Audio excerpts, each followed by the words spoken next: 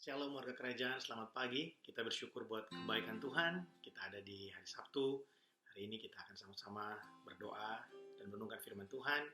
Di hari ini kita berpuasa bersama-sama pada hari ini. Mari saya ajak setiap kita untuk datang di hadapan Tuhan dengan segala ucapan syukur. Saudara, kita ada di minggu yang terakhir di bulan September ini. Luar biasa pemeliharaan Tuhan bagi setiap kita. Kita boleh mengakhiri bulan ini dengan penuh ucapan syukur. Karena Tuhan baik bagi saya dan saudara. Mari kita berdoa.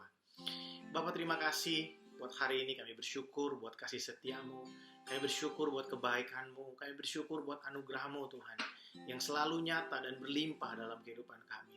Kalau kami boleh ada sampai saat ini, kami tahu semua ini semata-mata hanya karena kemurahan Tuhan yang besar bagi kami.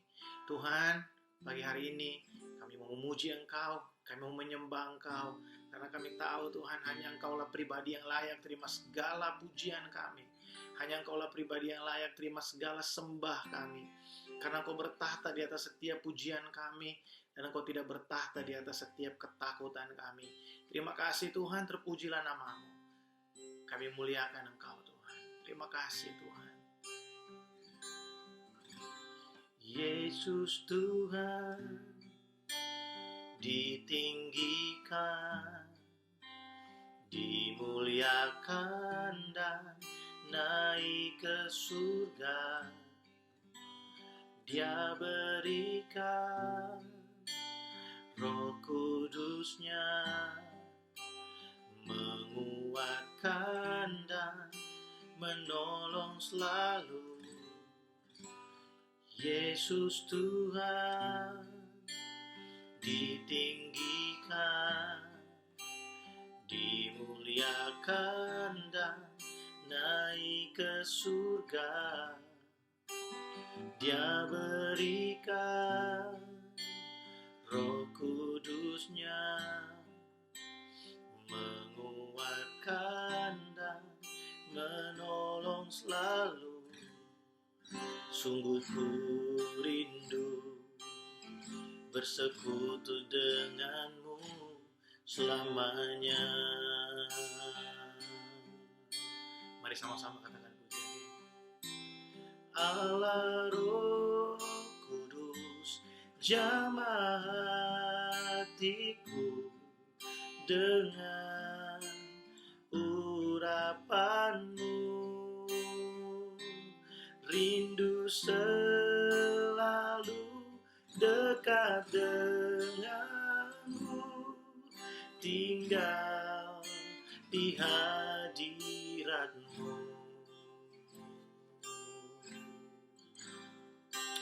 Allah Roh Kudus, kami rindu Engkau. Sama-sama katakan pujian. Yesus Tuhan ditinggikan, dimuliakan dan naik ke surga.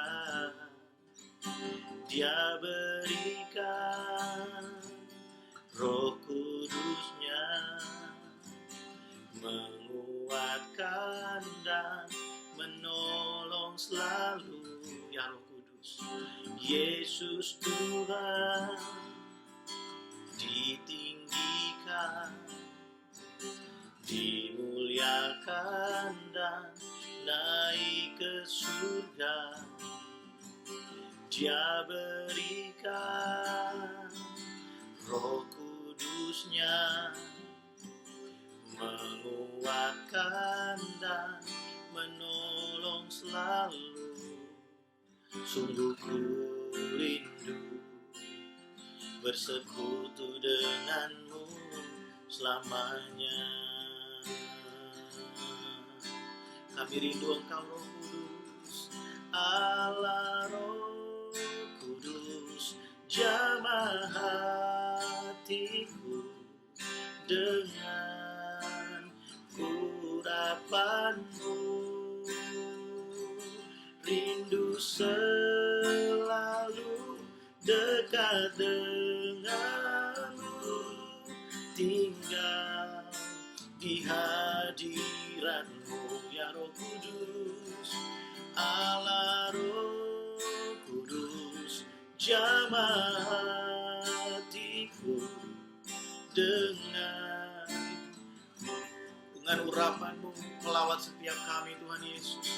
rindu selalu dekat denganmu, tinggal di hadiratmu. Allah Roh Kudus, Allah Roh Kudus, jamah hatiku dengan urapanmu. Rindu selalu dekat denganmu, tinggal di hadiratmu. Kami rindu, oh ya Roh Kudus, terima kasih. Terima kasih, kami bersyukur. Kami bersyukur ya Roh Kudus,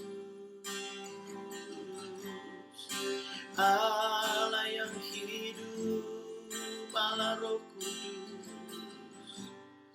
Kami rindu tinggal dalam naungan-Mu, tinggal dalam dekapan-Mu,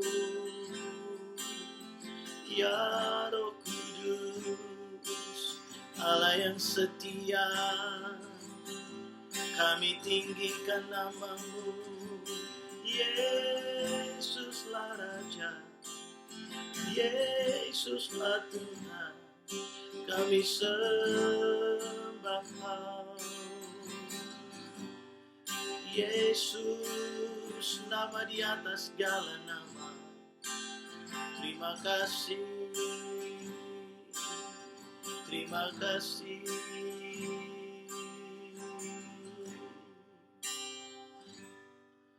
Mulutku penuh dengan pujian kepadamu, ya Yesus Tuhan. Sepanjang hari ku beri penghormatan kepadamu, ya Allahku. Mulut kami penuh dengan pujian ya Tuhan. Mulutku penuh dengan pujian kepadamu, ya Yesus Tuhan. Sepanjang hari ku beri penghormatan kepadamu, ya Allahku. Kami memuji-Mu. Mulutku penuh dengan pujian kepadamu, ya Yesus Tuhan. Sepanjang hari ku beri penghormatan kepadamu, ya Allahku. Sepanjang hari ku beri penghormatan kepadamu, ya Allahku.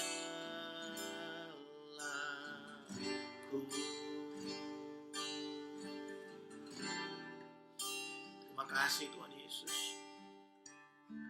Mulut kami penuh dengan pujian kepadamu. Mulut kami, hati kami Tuhan, memuji segala kebesaran-Mu. Pagi hari ini kami mau buka hati kami untuk firman Tuhan. Mari Tuhan berbicara bagi setiap kami. Kuatkan kami yang lemah, pulihkan kami yang terluka, bangkitkan setiap kami ya Tuhan. Karena kami tahu firman-Mu hidup, firman-Mu berkuasa, firman-Mu tidak berubah. Terima kasih Tuhan. Terima kasih Tuhan. Kami tahu Tuhan sedang berbicara sesuatu buat kami di bulan September ini, di mana kami berbicara tentang berbuah. Kami tahu Tuhan, Engkau memahami segala keperluan kami. Engkau tahu kebutuhan kami. Bahkan apa yang kami pikir kami tidak perlu, tapi Tuhan tahu dan Tuhan menyediakan bagi setiap kami. Terima kasih Berbicaralah bagi kami pagi hari ini dalam nama Yesus kami berdoa. Amin. Puji nama Tuhan. Saudara, mari sama-sama kita buka Alkitab kita dari Mazmur pasal yang pertama. Kita akan melihat ayat yang pertama sampai dengan ayat yang ketiga. Nah, saudara, ayat-ayat ini sebenarnya bukan ayat yang baru ya. Sepertinya dalam tahun ini telah beberapa kali saya menyampaikan firman Tuhan dengan renungan dari ayat ini. Mazmur pasal yang pertama, ayat yang pertama sampai dengan ayat yang ketiga. Di bulan ini kita sedang berbicara tentang berbuah, dan dalam beberapa hari saya merenungkan kembali apa yang tertulis di dalam Mazmur Daud yang akan kita baca bersama-sama pada pagi hari ini. Mazmur pasal yang pertama, ayat yang pertama sampai dengan ayat yang ketiga. Demikian firman Tuhan. Berbahagialah orang yang tidak berjalan menurut nasihat orang fasik, yang tidak berdiri di jalan orang berdosa, dan yang tidak duduk dalam kumpulan pencemooh. Tetapi yang kesukaannya ialah Taurat Tuhan, dan yang merenungkan Taurat itu siang dan malam. Perhatikan ayat yang ketiga. Ia seperti pohon yang ditanam di tepi aliran air, yang menghasilkan buahnya pada musimnya, dan yang tidak layu daunnya, apa saja yang diperbuatnya berhasil. Sepanjang bulan ini kita belajar dari beberapa hamba Tuhan yang sangat luar biasa memberikan kita pengertian apa itu berbuah, bagaimana kita harus berbuah, bagaimana caranya kita bisa berbuah. Kemudian beberapa hari yang lalu saya membaca kembali Mazmur pasal yang pertama ini, dan ternyata di sini dituliskan salah satu cara untuk kita bisa menghasilkan buah dalam kehidupan ini. Saudara, kita telah belajar bersama-sama beberapa waktu yang lalu bahwa buah itu hasil dari ketekunan. Nah, tidak ada pohon yang bisa berbuah kalau dia ada dalam tekanan dan dalam ketakutan. Tidak ada orang yang bisa menghasilkan sesuatu yang baik kalau dia hidup dalam ketakutan, tekanan, dan kekhawatiran. Itu tidak akan mendatangkan apa-apa dalam kehidupan saudara. Ketika kita hidup dalam himpitan, kita merasa bahwa kita ini sangat tertekan, kita ini sangat tertindas, maka tidak ada hal yang baik yang akan keluar dari kehidupan kita. Yang ada adalah pesimistis, rasa tidak mampu. Dan kemudian yang akan keluar dari pikiran kita adalah perenungan-perenungan akan sesuatu yang sebenarnya hanya bersifat prediksi. Ya. Kita memikirkan sesuatu yang belum pasti akan terjadi. Tapi karena kita didorong oleh ketakutan-ketakutan kita didorong dari akal pikiran kita yang berpikir seperti cara-cara orang dunia berpikir, bahwa kita berusaha meyakinkan diri kita sendiri bahwa apa yang kita pikirkan, ketakutan kita, kekhawatiran kita, itu pasti akan terjadi. Kita berusaha memberi jaminan kepada diri kita sendiri bahwa apa yang kita pikirkan itu, kegagalan-kegagalan itu, ya, kehancuran-kehancuran itu dalam kehidupan ini pasti akan terjadi. Kita berpikir seperti itu. Dan ketika ada orang datang menasehati kita, memberikan kita semangat, memberikan kita firman Tuhan, kita akan berkata, lu gak ngerti yang gue hadapi, lu mah gak tahu apa yang gue hadapi. Saudara, memang betul, hamba Tuhan itu bukan paranormal yang seakan-akan tahu segala sesuatu. Hamba Tuhan itu, orang di sekeliling kita itu bukanlah orang-orang yang mengerti segala sesuatu. Tapi kita harus memahami bahwa yang membuat kita hidup dalam ketakutan itu adalah iluminasi dari iblis yang memberikan kita satu rasa tidak nyaman, sehingga kita seolah-olah merasa apa yang kita pikirkan, yang kita takutkan itu akan terjadi. Persoalannya ada di mana? Persoalannya ada di bahan perenungan. Apa yang kita renungkan dalam keseharian kita. Apa yang lebih banyak kita renungkan dalam kehidupan kita. Saudara, ini mungkin saudara menatap saya dan berkata, klise sekali Pak. Ini sepertinya kita sedang diajar untuk menghipnotis diri sendiri. Tapi saya mau kasih tahu buat saudara. Kalau kita pergi ke dokter, ya, jangan ke dokter lah. Ada banyak orang yang suka pergi ke paranormal. Kita suka sekali mendengar mitos-mitos. Ketika kita mendengarkan usulan atau masukan dari orang-orang tersebut, jarang sekali kita bertanya, masa sih bisa seperti itu? kita akan mudah sekali percaya, oh iya harus seperti itu, oh iya harus seperti ini. Kenapa kita sulit percaya kepada firman Tuhan? Karena kita suka melihat yang kelihatan. Kita lebih gampang percaya kalau hal itu nyata buat kita. Kita pikir sesuatu yang nyata itu lebih pasti dari sesuatu yang tidak bisa kelihatan dengan mata jasmani. Tapi pagi ini kita membaca firman Tuhan bersama-sama. Ayat yang ketiga dikatakan, ia seperti pohon yang ditanam di tepi aliran air, yang menghasilkan buahnya pada musimnya, dan yang tidak layu daunnya, apa saja yang diperbuatnya berhasil. Ayat yang ketiga ini ditujukan kepada orang-orang yang kesukaannya ialah Taurat Tuhan, firman Tuhan, Injil Kristus. Ya, kalau dalam perjanjian lama, karena pada saat Raja Daud menulis ini belum ada Injil tentang Yesus Kristus. Tapi pada saat sekarang ini, kita sedang merenungkan Injil dari Yesus Kristus, the gospel yang menyelamatkan kita dari segala hukuman dosa. Perenungan-perenungan akan kebaikan Tuhan, itulah yang membuat kita berbuah. Saudara, kalau kita terus menghabiskan waktu dengan memikirkan, dengan merenungkan kejahatan, dengan merenungkan sesuatu yang tidak pasti, saya sangat diberkati dengan kalimat ini ya. Saya sendiri tidak membaca kalimat ini di mana-mana. Kalimat ini muncul ketika saya mempersiapkan satu bahan khotbah kurang lebih ya tahun yang lalu. Saudara, kehancuran di depan kita yang kita pikirkan itu, kebangkrutan itu ya, kesendirian mungkin, sakit penyakit mungkin yang kita pikirkan, jangan-jangan saya akan begini ya, jangan-jangan saya akan begitu. Berapa persen sih probability-nya akan terjadi dalam kehidupan kita? Let's say kita mulai berpikir bahwa oh iya karena keadaan COVID-19, oh iya karena keadaan ekonomi, oh iya karena keadaan ini dan itu. Kita mulai berpikir seperti itu dan kita seolah-olah mendapat satu keyakinan ini pasti akan terjadi. Tapi pertanyaannya adalah, siapa yang menentukan itu akan terjadi atau tidak? Bukan kita, saudara. Tuhanlah yang menetapkan langkah-langkah orang-orang percaya. Firman Tuhan berkata, ya, Tuhan menetapkan langkah-langkah orang yang hidup berkenan di hadapannya. Tentu saja setiap kita berkenan di hadapan Tuhan, bukan karena perbuatan kita berkenan, karena anugerah Allah di dalam Yesus Kristus kita berkenan. Waktu kita datang dengan percaya, merendahkan diri, kita mengakui Tuhan dengan kemampuanku sendiri, aku nggak bisa. Tapi dengan perkenanan Allah melalui Yesus Kristus, aku dimampukan untuk berdiri di hadapan Allah. Dan aku bisa berkata, aku ini anakmu.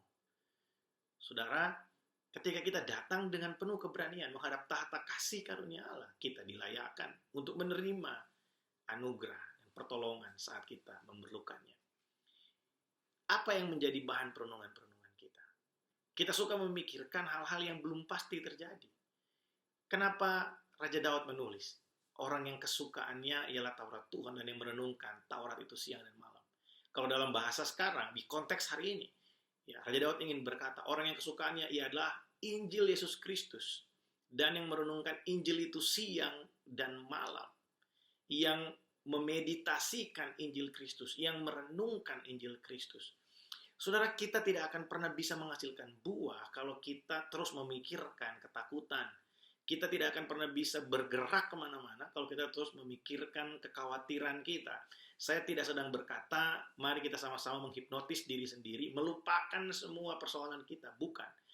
Saya ingin berkata buat saudara, di atas segala keadaan yang mungkin chaos hari-hari ini, yang mungkin kita di tempat pekerjaan kita sedang susah-susahnya hari ini. Di tengah keluarga kita sedang susah-susahnya hari-hari ini. Di tengah kesakitan kita yang sedang parah-parahnya hari ini, mari renungkan Injil Yesus Kristus yang telah mati bagi kita di atas kayu salib, menebus segala dosa dan pelanggaran kita. Kenapa ini penting? Apa hubungannya? Mungkin saudara menatap saya dan berkata, apa hubungannya Pak? Bisnis saya, keluarga saya dengan kematian Yesus Kristus. Apa yang paling menakutkan bagi manusia, saudara? Banyak orang bilang yang paling menakutkan buat manusia itu adalah maut atau kematian. Kenapa orang takut mati? Kenapa orang punya ketakutan akan kematian? Paulus berkata, kalau aku mati, aku bersama-sama dengan Allah. Tapi kalau aku hidup untuk Tuhan. Jadi baik mati maupun hidup, aku ada karena Tuhan. Saudara, yang ingin saya katakan adalah begini. Ketakutan terbesar buat manusia sebenarnya bukan hutang yang banyak, bukan. Ketakutan terbesar buat manusia adalah ketidakadanya kepastian, tidak adanya kepastian akan keselamatan. Tapi ada kabar baik buat saya dan saudara. Firman Tuhan berkata, oleh kasih karunia kamu diselamatkan. Itu bukan hasil usahamu sendiri, tapi pemberian Allah. Saudara, Yesus telah menanggung segala ketakutan yang paling dalam kehidupan kita, yaitu dosa, maut. Dia telah menanggung itu semua. Kalau saudara tanya saya, apa hubungannya kematian Kristus dengan bisnis saya, dengan keluarga saya? Saudara, kalau dia merelakan anaknya untuk menebus kita dari hukuman dosa, bagaimana mungkin dia akan membiarkan kita dalam keadaan terpuruk? Sekalipun mungkin kita diizinkan melewati lembah kekelaman, dia ada di sana bersama-sama dengan kita. Mari renungkan itu. Mari renungkan itu. Tetap berkarya, tetap bekerja, tetap melakukan yang terbaik di tengah-tengah keadaan yang mungkin kurang baik. Dan renungkan ini, Tuhan bersama-sama dengan aku. Salib Kristus bersama-sama dengan aku. Kasihnya yang besar di kayu salib, itu ada bagiku. Saudara, ini yang membuat kita bisa berbuah. Kenapa kita bisa berbuah? Karena kita merenungkan apa yang benar dan berkenan di hadapan Allah. Ini yang membuat kita punya sukacita setiap hari. Ini yang membuat kita punya semangat dan gairah setiap hari. Saudara, saya mengajak setiap kita, mari ganti bahan perenungan kita. Kalau kita baca berita, kita nonton TV, ya kita nonton news, beritanya nggak ada yang baik. Jarang sekali ada pemberitaan yang baik. Mari kita renungkan kebaikan Tuhan. Renungkan. Ada satu pujian yang berkata, ingat kasihnya, ingat kebaikannya. Jangan pernah lupakan kebaikan Tuhan. Karena kalau kita salah memilih bahan perenungan, maka buah yang keluar juga adalah berbeda. Kalau kita sering merenungkan ketakutan kita yang belum pasti terjadi, maka kita tidak akan pernah menghasilkan apa-apa dalam hidup ini. Kita takut untuk maju, takut untuk bergerak, takut untuk melangkah. Seakan-akan Tuhan tidak ada bagi kita. Seakan-akan ketakutan kita mengalahkan kasih Tuhan yang besar bagi kita. Tapi kalau kita memikirkan, kita merenungkan, di atas segala ketakutan kita, di atas segala situasi kita hari ini, renungkan kebaikan Tuhan. Seperti Raja Daud berkata, bless the Lord, oh my soul. Dan jangan lupakan segala kebaikannya. Pujilah Tuhan, hai jiwaku, dan jangan lupakan segala kebaikannya. Daud mengingatkan dirinya, pujilah Tuhan, hai jiwaku. Dan jangan engkau merenungkan segala kemalangan dan lain sebagainya. Renungkanlah betapa baiknya Tuhan bagi saya dan saudara. Saya berdoa supaya firman Tuhan yang singkat pagi hari ini memberkati setiap kita, menguatkan setiap kita di masa-masa ini. Bapak Ibu Saudara, saya mengajak setiap kita, mari ganti bahan perenungan kita. Renungkanlah, seperti Paulus berkata, semua yang baik, semua yang manis, semua yang disebut kebajikan, semua yang enak didengar, pikirkanlah semuanya itu. Sehingga kita bisa hidup dan menghasilkan buah dalam kehidupan kita. Saudara, mari tetap bersemangat, tetap bergairah di dalam Tuhan, karena Dia setia dan Dia tidak pernah meninggalkan orang-orang yang berharap kepadanya. Mari kita berdoa. Terima kasih Tuhan buat pagi hari ini, kami bersyukur buat firman-Mu. Terima kasih buat hadirat-Mu di tengah-tengah kami. Kami tahu Tuhan, langit dan bumi akan lenyap, semua yang dibangun oleh manusia akan berlalu, tapi firman-Mu ini tinggal tetap. Hamba berdoa buat umat-Mu dimanapun berada siang hari ini, pagi hari ini. Marilah Tuhan, kuatkanlah kami Allah Roh Kudus. Mengalirlah dalam hidup kami. Biar Engkau memberikan kami pengertian-pengertian yang baru akan kebenaran-Mu, sehingga kami tidak hidup dengan mengarahkan pandangan kami kepada segala ketakutan. Tapi kami hidup dengan mengarahkan pandangan kami kepada apa yang sudah Tuhan siapkan bagi kami. Yang lebih pasti, bahkan pasti terjadi dalam hidup kami. Terima kasih Tuhan, terima kasih. Berkati umat-Mu dimanapun berada siang hari ini. Biar kami menikmati akhir pekan ini Tuhan, dengan penuh ucapan syukur karena Allah yang setia itu tidak pernah meninggalkan kami. Kami menyadari betapa lemahnya kami tanpa Engkau. Kami menyadari betapa rapuhnya kami tanpa Engkau. Kalau kami ada, Tuhan, semua ini karena anugerah-Mu. Kami mengakui di hadapan-Mu ya Tuhan, bukan karena kuat dan gagah kami. Sungguh, kami ini lemah. Kami ini tidak berdaya, Tuhan. Kami bersyukur karena anugerah-Mu dalam Yesus Kristus yang menolong dan memampukan kami. Terima kasih Tuhan, bagi-Mu segala pujian, hormat, kemuliaan selama-lamanya. Dalam nama Yesus. Amin. Puji nama Tuhan. Setelah ini, saudara bisa berdoa di rumah masing-masing untuk menaikkan setiap doa-doa pribadi kita. Bapak Ibu Saudara, besok kita akan dilayani oleh sahabat saya, Pastor Adun Mau dari Batam. Mari siapkan hati kita untuk kita sama-sama dikuatkan, diperlengkapi oleh kebenaran firman Tuhan. Tetap bersemangat Bapak Ibu Saudara, jangan lupa menggunakan masker dan memperhatikan protokol kesehatan kalau kita keluar dari rumah kita dan beraktivitas. Tuhan Yesus memberkati setiap kita.